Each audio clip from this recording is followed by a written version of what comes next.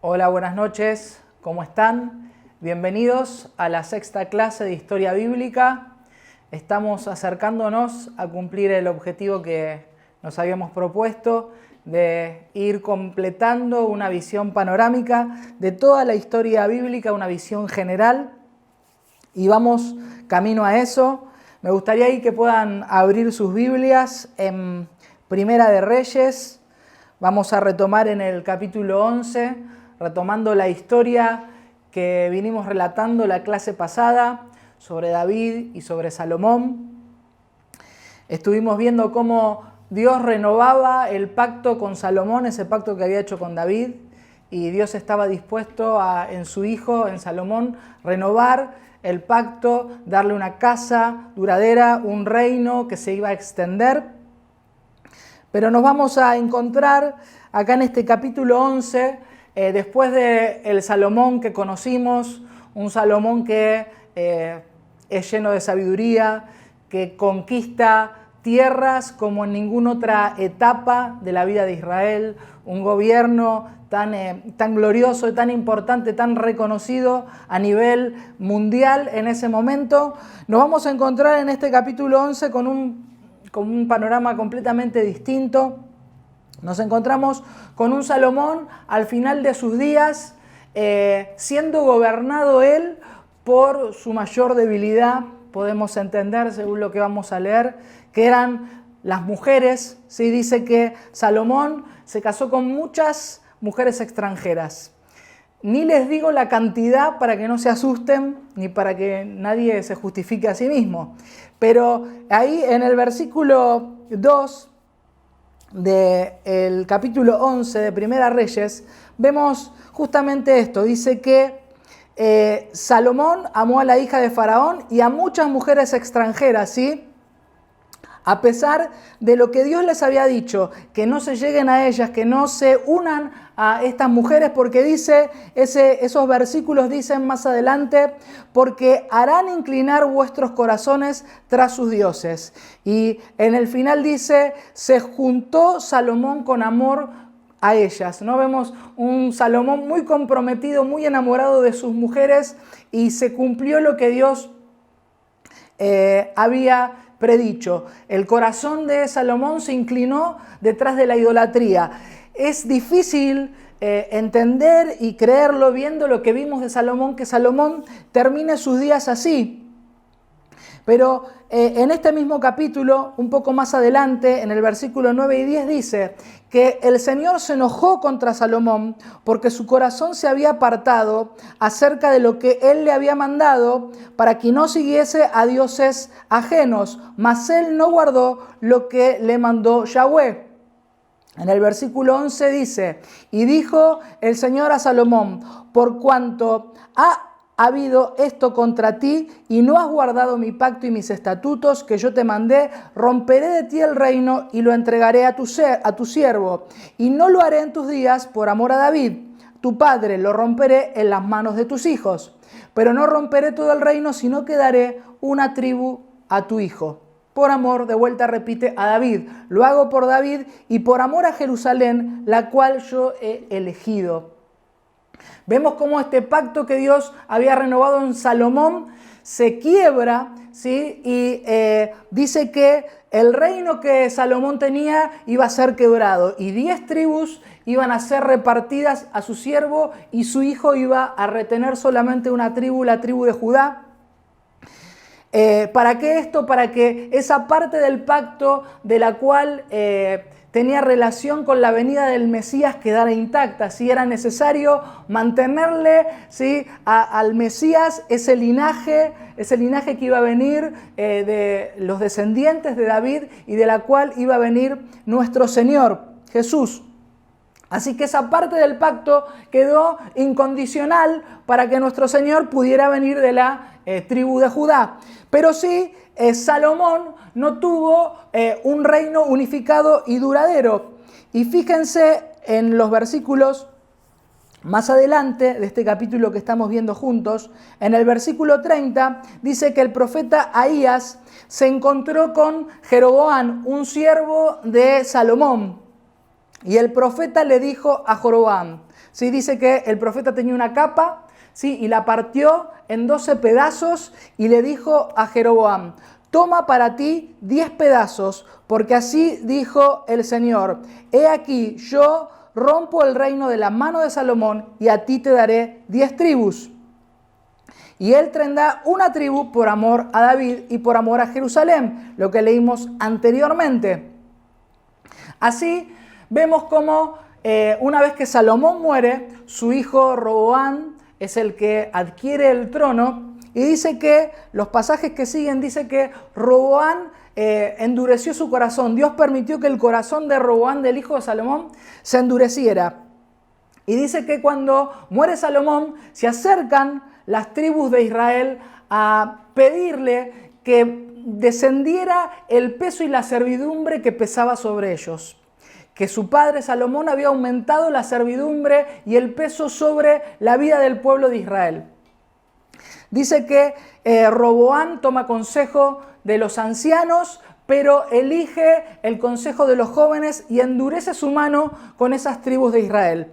Y ahí me gustaría que juntos sí leamos una frase muy conocida, pero dice que cuando el pueblo de Israel vio que Roboam no iba a rever esta medida, dice que en el capítulo 12, ya estamos en el versículo 16, dice: cuando todo el pueblo vio que el rey no había oído el pedido que el pueblo había hecho, le dijo a Roboam: ¿qué parte tenemos nosotros con David?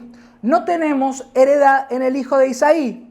Y ahí una frase muy conocida: Israel a tus tiendas, provee ahora en tu casa David. Entonces Israel se fue a sus tiendas. Fue como decirle: ahora la casa de David proveerá para la casa de David. Y Israel con sus 10 tribus iban a tener una vida independiente, ya no iban a depender de la casa de David. Esa fidelidad que las 10 tribus de Israel le habían concedido a David en su momento, y cuando David pasó a tener un reino unificado y a reinar sobre las 12 tribus, ese tiempo se terminaba a partir de acá. Y entra en escena Jeroboam, ese a quien se le habían prometido esas 10 tribus, ¿sí? Y toma el liderazgo de Israel. Acá me gustaría que veamos una placa, ¿sí? Que podamos juntos hacer también un repaso de lo que venimos viendo. Y dentro de nuestras clases anteriores vimos que veníamos de 350 años de jueces, ¿sí? A partir del año 1400, donde Israel posee toda la tierra de Canaán, se suceden 350 años de jueces gobernando sobre el pueblo. Y a partir del año 1050, ¿sí? Entramos en un tiempo de reyes, pero de un reino unificado. Son 120 años de un reino unificado. ¿Se acuerdan? 40 años de Saúl, 40 años de gobierno de David y 40 años de Salomón. Pero a partir de la muerte de Salomón y de la asunción de Roboam, el reino se parte. Y Jeroboam pasa a liderar las 10 tribus del reino de Israel, que también se lo llamó el reino del norte, y Roboam sigue con la tribu de Judá, el reino de Judá, que también se lo llama el reino del sur. ¿Sí?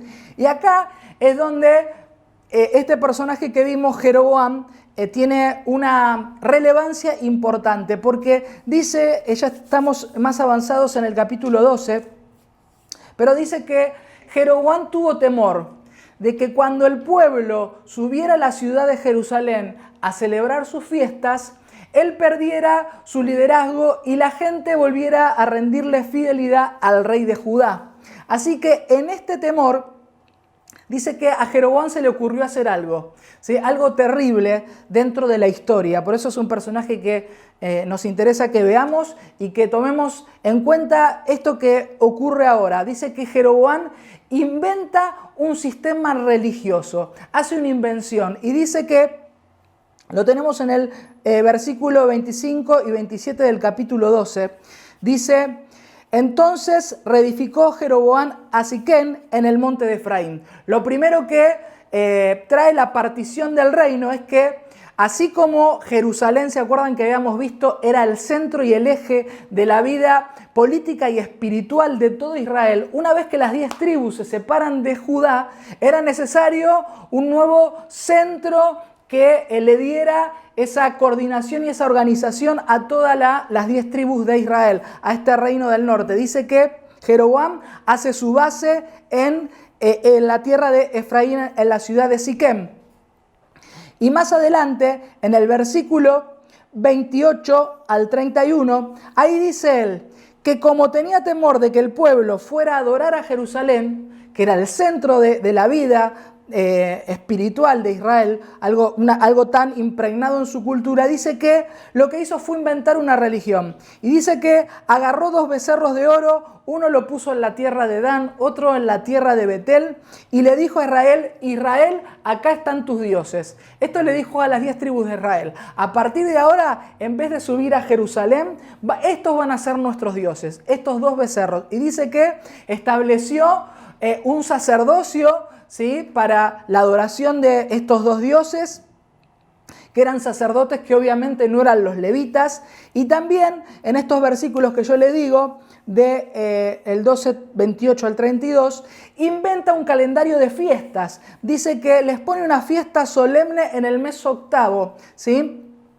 Seguramente en alguna otra oportunidad y en alguna otra materia vamos a tener la posibilidad de ver el calendario de las fiestas de nuestro Dios. Pero esto era tan importante, trazaba la vida espiritual de Israel, ¿sí? Entonces lo que hace Jeroboam es inventar un sistema, inventa fiestas, inventa un nuevo sacerdocio, inventa nuevos altares. Y dice que a partir de Jeroboam, esto que él comete y este error que él comete hace que toda la nación, ¿sí?, estas 10 tribus de Israel, fueran detrás del pecado de Jeroboam.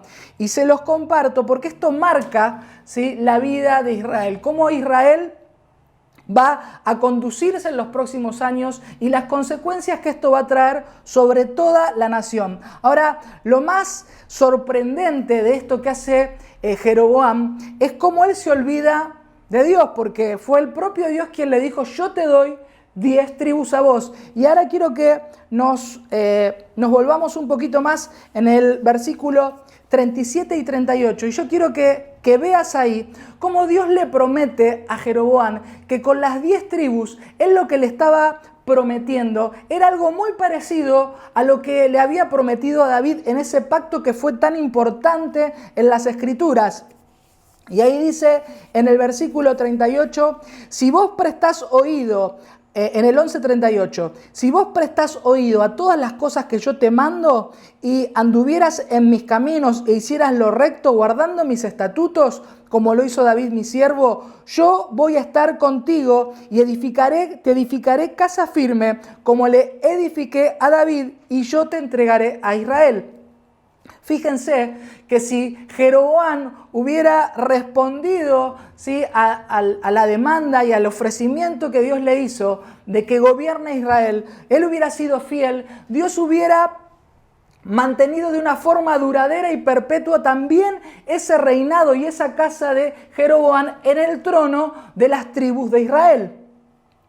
Pero vemos, acá de vuelta aparece ya en el capítulo 14 cómo este profeta Ahías, que le había profetizado a Jeroboam el gobierno de estas 10 tribus, cómo le profetiza su caída. Y saben que en estos versículos 14 del 7 al 10, Dios obviamente le reprocha a Jeroboam y le dice, ¿sí?, te hiciste dioses ajenos e imágenes de fundación para enojarme, y a mí me echaste tras tus espaldas. Fue como decirle: vos me diste la espalda, tomaste lo que yo te di y te olvidaste de mí, tomaste las 10 tribus y me abandonaste, hiciste de cuenta que yo dejé de existir. Y por lo tanto, yo ahora traigo este mal sobre tu casa, Jeroboam. Y lo que le dice el profeta es que se iba a barrer de la tierra de Israel la posteridad de la casa de Jeroboam, ¿sí? O sea que Jeroboam podría haber tenido un linaje de reyes de su casa y esto fue lo que Dios no le pudo cumplir. Así que como sentencia a su actuar, Dios barre toda herencia y toda descendencia de la tierra de Israel de la casa de Jeroboam. Fíjense cómo la bendición de Dios está como plasmada en esta herencia, en esta descendencia, en la posibilidad de reinar, ¿sí? Duraderamente, y cómo la sentencia tiene que ver con cortar, con quebrar la herencia, con quitar la descendencia, cómo en nuestra descendencia y en nuestra herencia está la bendición de Dios. Es la forma en la que el Señor quería bendecir a estos hombres, dándole una descendencia duradera, bendecir no solo su vida, sino su descendencia. Fíjense cómo es la bendición de Dios. No solo viene para bendecirte a vos, sino que lo que vos hagas en tu vida, lo que va a provocar es una bendición sobre tu descendencia. Y el mal que vos hagas lo que hace es cortar esa bendición sobre tus descendientes. Y acá Jeroboam obviamente es borrado de la faz de la tierra y de la vida de Israel, pero es el que inicia un proceso o un lapso de 210 años de reyes para el reino de Israel, ¿sí? Mientras el reino del sur, el reino de Judá, va teniendo sus descendientes y sus reyes, siempre descendientes de la casa de David, el reino del norte, el reino de Israel, ¿sí? Va cambiando sus reyes y cambia todo el tiempo su linaje. Como vamos a ver ahora, el actuar de estos reyes, estos 210 años de reyes de Israel, está marcado por reyes que desobedecieron a Dios y lo que trajeron fue maldición para la nación. Entonces, como sentencia de parte de Dios, se iba barriendo la descendencia de esos reyes. O sea que no tenemos un único linaje en este reinado de Israel, del reino del norte.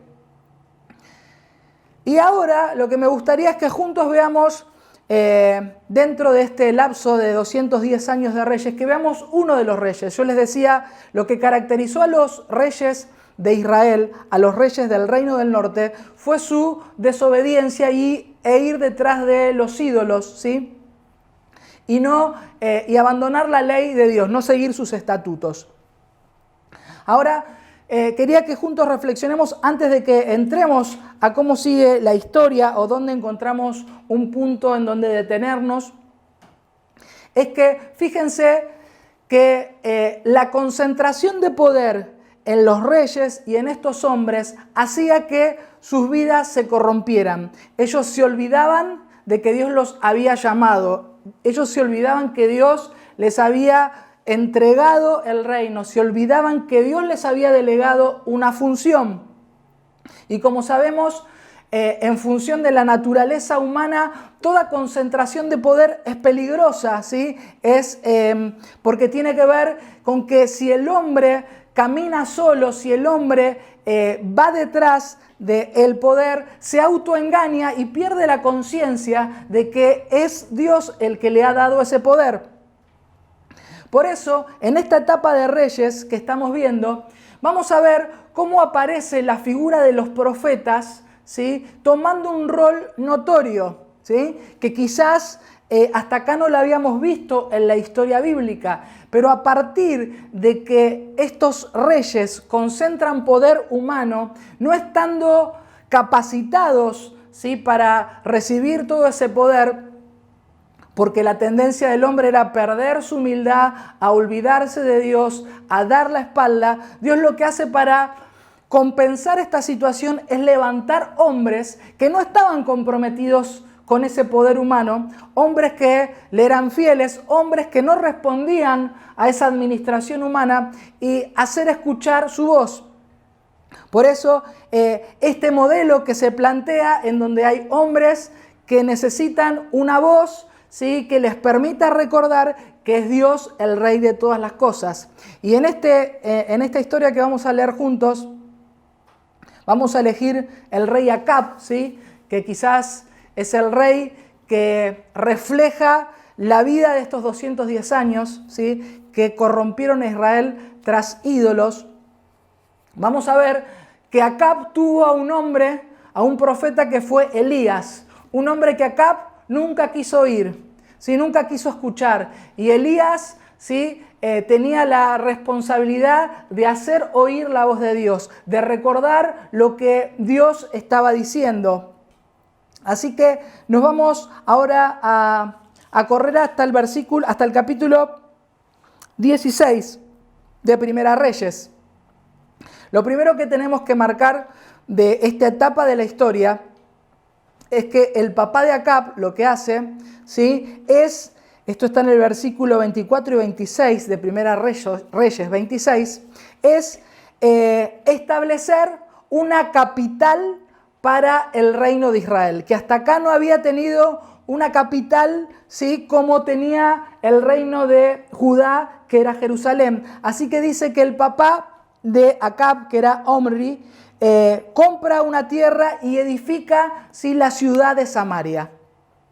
Dice en estos versículos que obviamente este hombre hizo pecar a Israel tras los pecados de la idolatría, pero en el año 879, casi en el año 870, ¿sí?, Samaria se convierte en el centro religioso del reino de Israel, de estas 10 tribus. Así como el reino de Judá tenía un centro político y espiritual que era Jerusalén, el reino del norte también pasa a tener una capital fuerte, con peso, ¿sí? Se los comento para que ustedes sepan cuando lean en las Escrituras que cuando aparece Samaria, justamente esta tierra es tan importante porque pasa a ser el centro de poder de la vida de Israel. Y así es como en el año 870 llega Acab como rey a Israel. Y lo primero que hace Acab como acto de gobierno es construir un templo en la ciudad de Samaria. Pero no se lo construyó a nuestro Dios, sino que construyó un templo a Baal en Samaria. La Biblia nos cuenta que Acab se casa con Jezabel, una mujer extranjera, y si ustedes me acompañan ahí en el versículo 30 y 33 leemos un poquito sobre lo que hizo Acab, ¿sí? Acab reinó sobre Israel en Samaria 22 años, ¿sí? Y dice que hizo más mal que los que reinaron antes que él, porque le fue ligera cosa andar en los pecados de Jeroboam. Muy fácilmente le fue muy ligero, tuvo poco reparo en no ofender a Dios, dice. Y dice que tomó por mujer a Jezabel, una mujer muy conocida en la historia que representa muchas cosas, ¿sí? Como todos saben, dice que era de los sidonios esta mujer, y fue y sirvió a Baal y lo adoró porque su mujer era devota de Baal y de Asera. Y dice que le hizo un altar, levanta un templo a Baal que edificó en Samaria. Y también hizo una imagen a Asera. Después de esto aparece Elías, ¿sí? Y dice que Elías trae una profecía para mostrar que Dios seguía siendo Dios. A pesar de que Israel seguía en sus pecados y lo había abandonado, Dios se hacía escuchar y se hacía escuchar a través de Elías. Entonces dice que Elías da una profecía y lo que profetiza son 3 años y medio de sequía. Una vez que esto ocurre, ustedes imagínense que Israel entra en un tiempo de hambruna muy fuerte. Y dice que Elías se tiene que esconder, porque Jezabel, que era la que mantenía a los profetas de Baal, ¿sí?, estaba persiguiendo a los profetas del Señor, así que había ido tras Elías también. Entonces Elías dice que se tuvo que esconder. Pero después de que se cumple el plazo de esta profecía, dice que Dios le dice a Elías: Elías, presentate delante de Acab. Y fíjate en el versículo 17 al 21 del capítulo 18 de Reyes, vieron que estamos acá siguiendo la secuencia de los capítulos de Primera Reyes. En el versículo 17 dice que cuando Acab lo vio a Elías le dice: ¿eres tú el que perturbas a Israel? Y Elías le dice: ¿yo perturbo a Israel? ¿No lo perturbás vos y la casa de tu padre, dejando los mandamientos del Señor y siguiendo a los Baales? Y ahí está la historia tan conocida cuando Elías desafía a los profetas de Baal. Entonces dice, envía ahora y congrégame, le dice Elías a Acab, a todo Israel en el monte Carmelo y a los 450 profetas de Baal y a los 450 profetas de Acera que comen en la mesa de Jezabel. O sea, Jezabel era la que sostenía todo este sacerdocio profano, ¿sí? Era la que tenía encomendado todo el funcionamiento, sostener el funcionamiento pagano. Y así fue como Acab dice que reunió a todo el pueblo de Israel y a todos los profetas, y dice que Elías dijo ahí en el versículo 21, le habló al pueblo y le dijo, ¿hasta cuándo van a claudicar ustedes entre dos pensamientos? Si Yahweh es Dios, síganlo a él, y si ustedes creen que Baal es Dios, síganlo a Baal, pero no, ¿sí? No anden de esta manera indefinida. Así que a partir de ahí viene esta historia que todos conocemos, en donde Elías desafía a los profetas de Baal y Dios dice que envía ese fuego sobre el altar y ese fuego consume todo el altar y todo Israel ve que Yahweh es el Dios verdadero y los profetas de Baal quedan al descubierto en su falsedad y quedan en vergüenza, ¿sí? Y dice que bueno, el pueblo después mató a los profetas de Baal. Pero a partir de acá, a partir de este hecho tan milagroso, esta señal tan grande que hace Eliseo, como decíamos, fue en la tierra, en la voz de Dios, mientras había un hombre como Acab que concentraba el poder y que distraía al pueblo o lo llevaba lejos de Dios. Elías, un hombre que estuvo marcado por tantas señales y tantos milagros, cuando ve toda esta manifestación y ve lo que ocurre, dice que tuvo miedo de la persecución de Jezabel. Sabía que Jezabel se le iba a venir, ¿sí?, encima. Así que dice, la historia cuenta que Elías se esconde en una cueva. Y en esa cueva Elías, escondido, dice que Dios lo va a buscar y le dice, Elías, ¿qué haces ahí? Y Elías le dice, quedé yo solo, ¿sí? Están matando a todos los profetas. Y Dios le dice, Elías, quédate tranquilo que no estás solo, hay 7000 rodillas que no se van a doblar frente a Baal, así que ahora yo te pido que salgas de esa cueva. Elías no solo había entrado en una cueva, sino había entrado en un estado, ¿sí?, de temor, un estado interno que Dios necesitó sacarlo y le dijo, Elías, salí de esa cueva, no estás solo, hay 7000 más y yo ahora te pido que vos completes tu misión. Tenés más por delante. Y Dios en ese momento a Elías, cuando lo saca de esa cueva, le da una misión triple y yo quiero que la detallemos juntos, porque esta misión que Dios le da a Elías marca lo que sucede en el resto de la historia del pueblo de Israel. Es tan importante esta misión que Dios le da a Elías al sacarlo, que traza todo lo que va a ocurrir posteriormente en la historia. Así que dice, esto está en el capítulo 19, le pide 3 cosas. Vas a subir a Damasco y vas a ungir a Hazael por rey de Siria, ¿sí? Vas a ir a Jehú y lo vas a ungir por rey de Israel. Y vas a ir y vas a buscarlo a Eliseo y lo vas a ungir como profeta en tu lugar. Fíjense, una triple misión.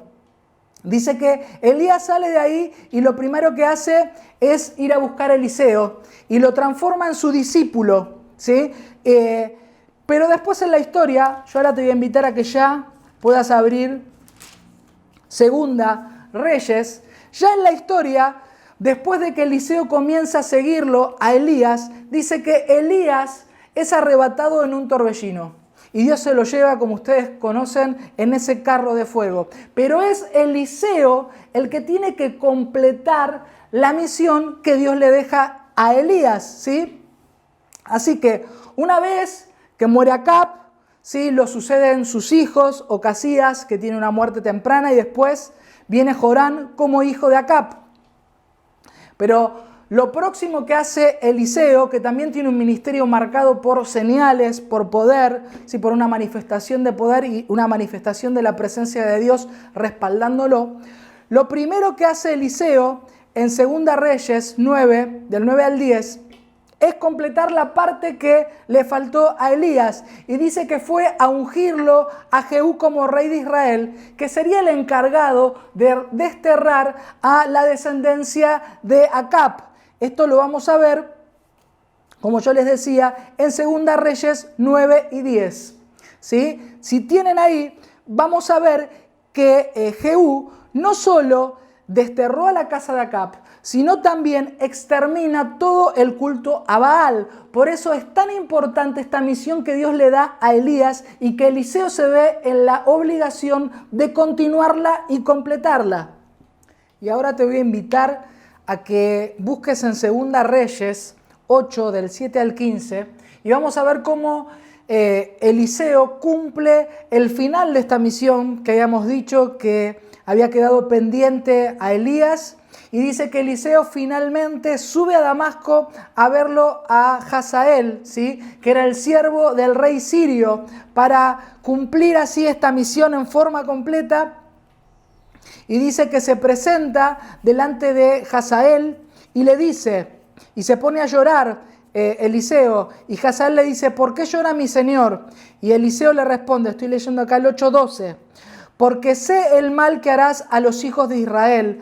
A sus fortalezas pegarás fuego, a sus jóvenes matarás espada, estrellarás a niños y abrirás vientre a sus mujeres que están encinta. Y Hazael dijo, ¿qué es tu siervo este perro para que yo haga cosas tan grandes? Y ahí le respondió Eliseo, el Señor me ha mostrado que tú serás el rey de Siria.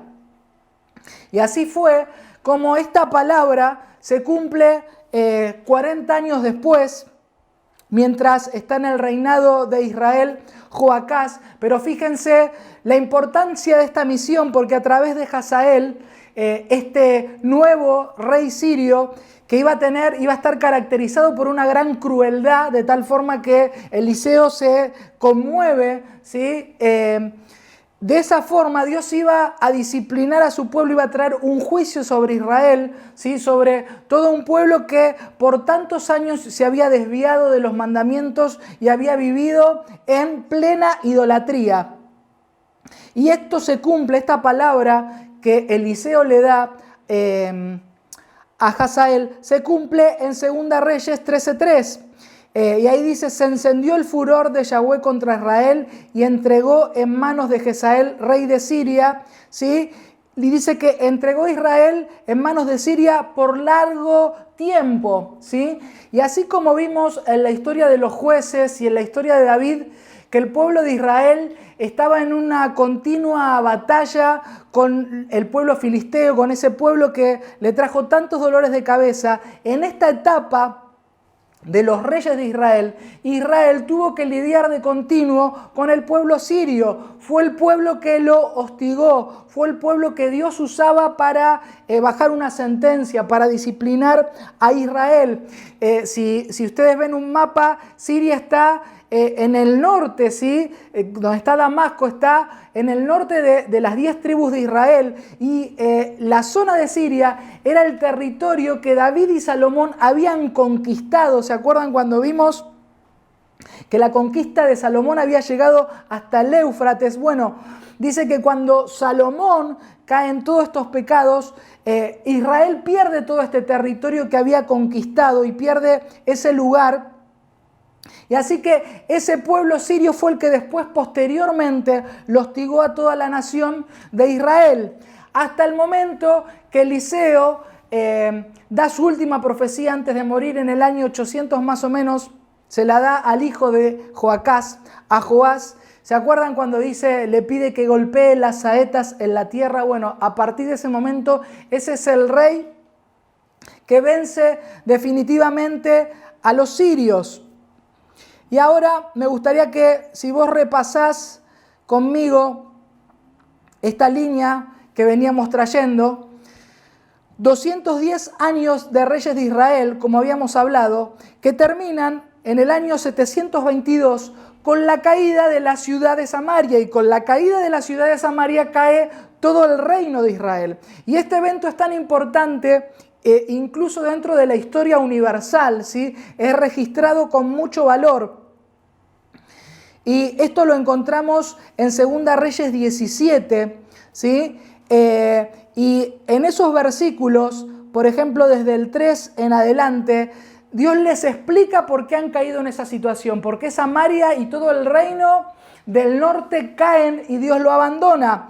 Dice en el versículo, estamos en 2 Reyes 17, en el capítulo 17, versículo 18, dice: Yahweh, por tanto, se airó en gran manera contra Israel y los quitó delante de su rostro, y no quedó sino solo la tribu de Judá. Y descendió Yahweh a toda la descendencia de Israel y los afligió y los echó de su presencia, dice el versículo 20. El versículo 23 dice: hasta que Yahweh quitó a Israel de vuelta delante de su rostro, como él lo había dicho por medio de los profetas, sus siervos, e Israel fue llevado cautivo de su tierra a Siria hasta hoy. O sea que cuando Samaria en el año 722 cae en manos del imperio asirio, ¿sí? Un imperio que conquistó toda la zona conocida desde Egipto hasta toda la zona de los medos de Babilonia, ¿sí? Y dice que el pueblo asirio lo que hizo fue agarrar al pueblo de Israel, y dice que lo deportó, se lo llevó de Samaria. Y un versículo posterior, en el 24, dice que el rey de Asiria lo que hizo fue traer gente extranjera dentro de esa tierra de Samaria. Dice que trajo gente de Babilonia y de otras zonas. O sea, fíjense cómo este pueblo termina, por toda su desobediencia, termina perdiendo la posesión de la tierra que era su gran promesa, era lo que le había dado vida a este pueblo, el hecho de poseer esa tierra. Y por medio de la mano de los asirios, ¿sí? Dice que Dios los hace desaparecer de su presencia, los quita de la tierra, y dentro de la tierra de Samaria vienen otras personas, otros extranjeros.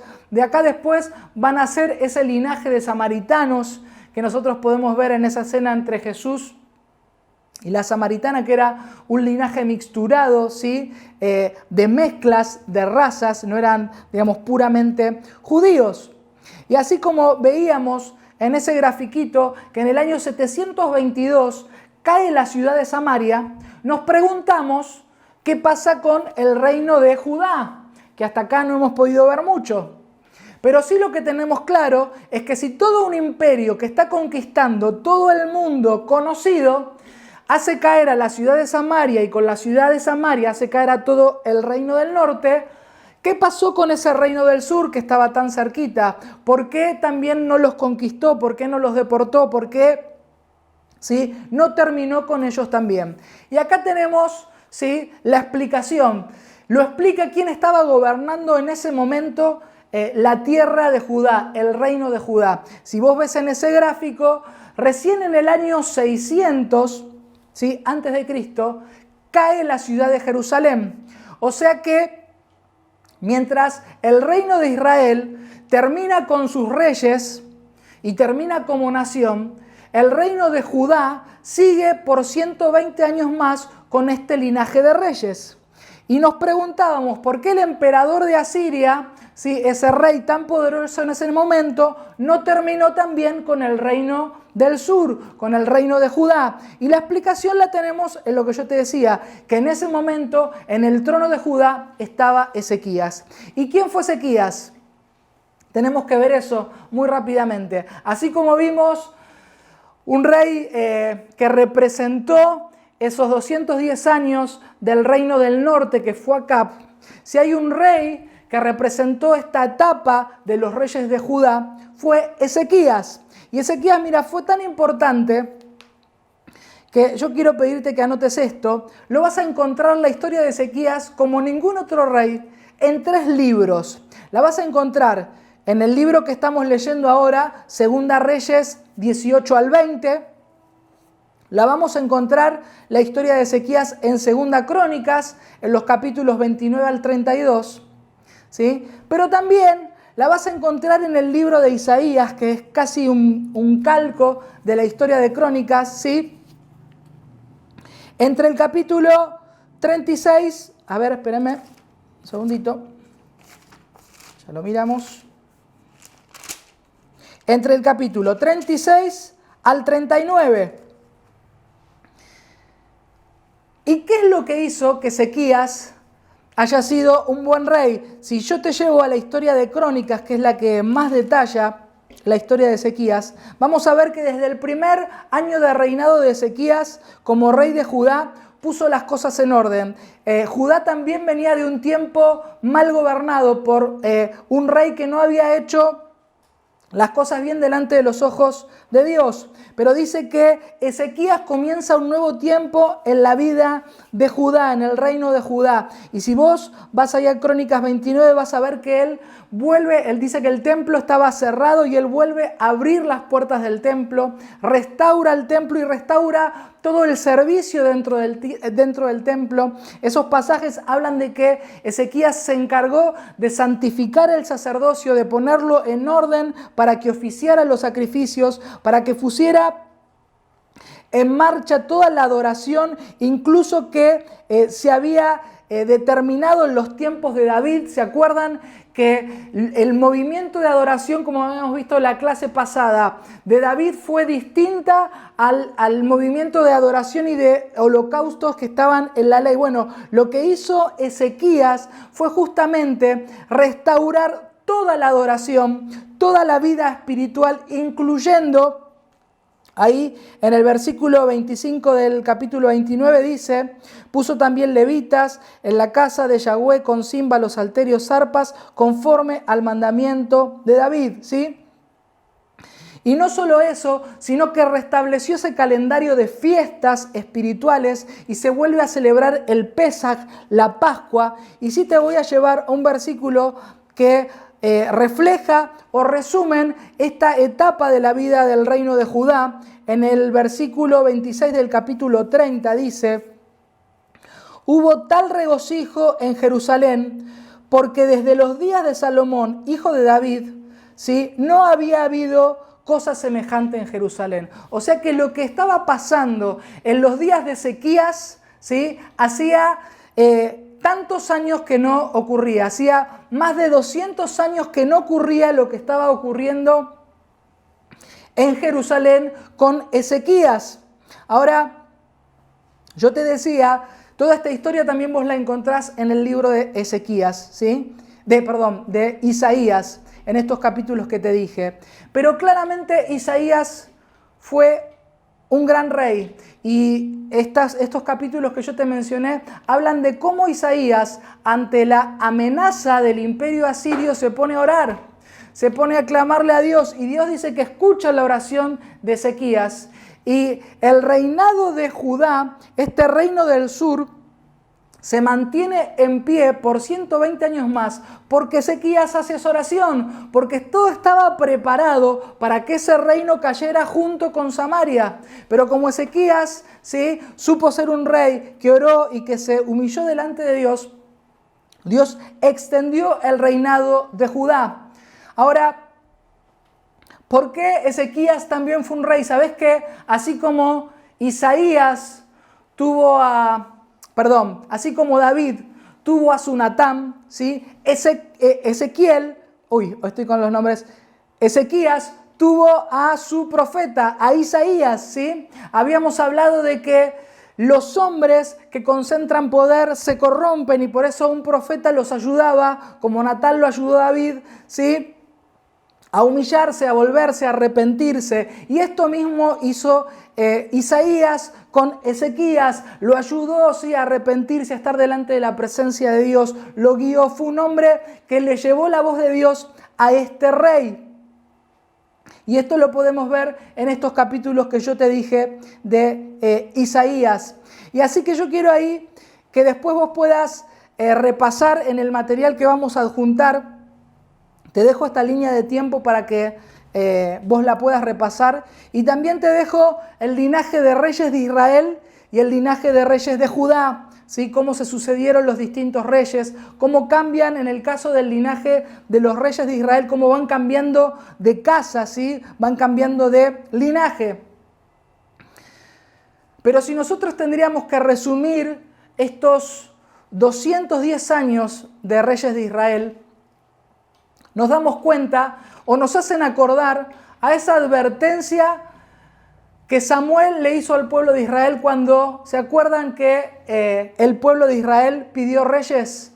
Esto nos hace acordar a esa advertencia. Y Samuel les dijo, ustedes quieren un rey, el problema de que el rey que ustedes piden ocupe, ¿sí?, mi lugar, que yo soy quien deseaba gobernar sobre ustedes, el problema es que ese rey los va a arrastrar tras sus pecados, van a caer tras los pecados del rey. Por eso, todo este lapso de la historia, vemos estos 210 años de Israel después de la muerte de Salomón.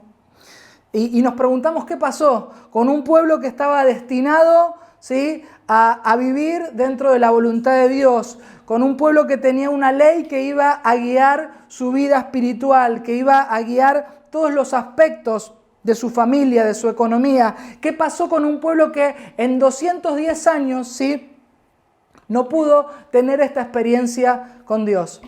Y esta historia de los reyes, la clase que viene vamos a seguir profundizando en los reyes de Judá y en la caída de Jerusalén, que lo vamos a dejar para la próxima clase.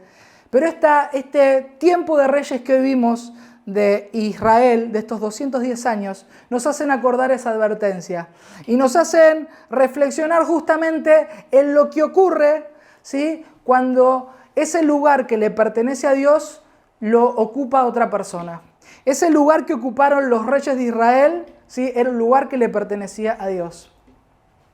Y cuando ocurre eso, justamente no podemos experimentar lo que Dios tiene para nosotros. ¿Cuántas veces esta historia nos está hablando de que siempre que saquemos a nuestro Dios de su lugar, algo no va a estar bien? Toda vez que pongamos a otra persona, ¿sí?, en el lugar de Dios, hay algo que no va a estar bien. Toda vez que vos te pongas en el lugar de Dios, no va a estar bien. Toda vez que corramos a Dios de su lugar y de su trono, vamos a entrar en un tiempo de desorden y en un tiempo en donde no vamos a experimentar la bendición que Dios tiene para nosotros. Es triste pensar que este pueblo que había trabajado tanto para conquistar esa tierra, veía cómo todos sus años de desobediencia hacían que se perdiera la conquista y la promesa del Señor. Por eso yo te invito a que juntos podamos hacer una oración con nuestro Dios y decirle, Señor, que no haya nada que ocupe tu lugar, ¿sí?, que no le demos tu lugar a ninguna otra persona, que nosotros nunca nos pongamos en tu lugar. Si hay alguien que tiene que reinar, si hay alguien que es rey, y eso nos queda claro en toda esta historia, es nuestro Dios. Por eso vamos a aprovechar, ¿sí?, este tiempo de historia bíblica que pudimos compartir juntos y reflexionar en eso. Nuestro Dios dice que hay un lugar que quiere ocupar en nuestras vidas y a veces la tendencia nuestra como personas y en nuestra naturaleza es justamente querer llenar ese espacio de otra manera. Y hay un lugar que le pertenece a Dios. Y siempre que ese lugar que le pertenezca a Dios esté ocupado por otra situación, por otra persona o por nosotros mismos, no vamos a poder experimentar la bendición de Dios. Así que hagamos juntos esta oración. Señor, que vos puedas reinar en el lugar que te pertenece, vos puedas estar en el trono de nuestra vida, vos puedas reinar, que ninguna cosa, ninguna persona ni nada ocupe tu lugar, ese lugar que te pertenece. Así que, Señor, en esta noche te declaramos el Rey de nuestras vidas, el Rey de todas las cosas. Te pedimos que siempre tengas el control de nuestras vidas, que siempre nos permita, Señor, humillarnos delante de tu presencia, que nunca nos olvidemos, ¿sí?, que el trono te pertenece a vos. Así que juntos terminamos esta clase haciendo esta oración y preparándonos para lo que viene. Nos vemos la próxima. Rey de reyes, admirable, eres el principio y fin, soberano y sublime, eres nuestro Salvador.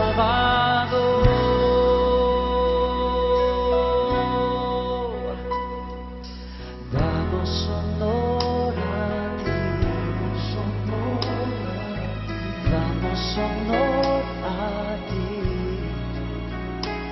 porque que no hay otro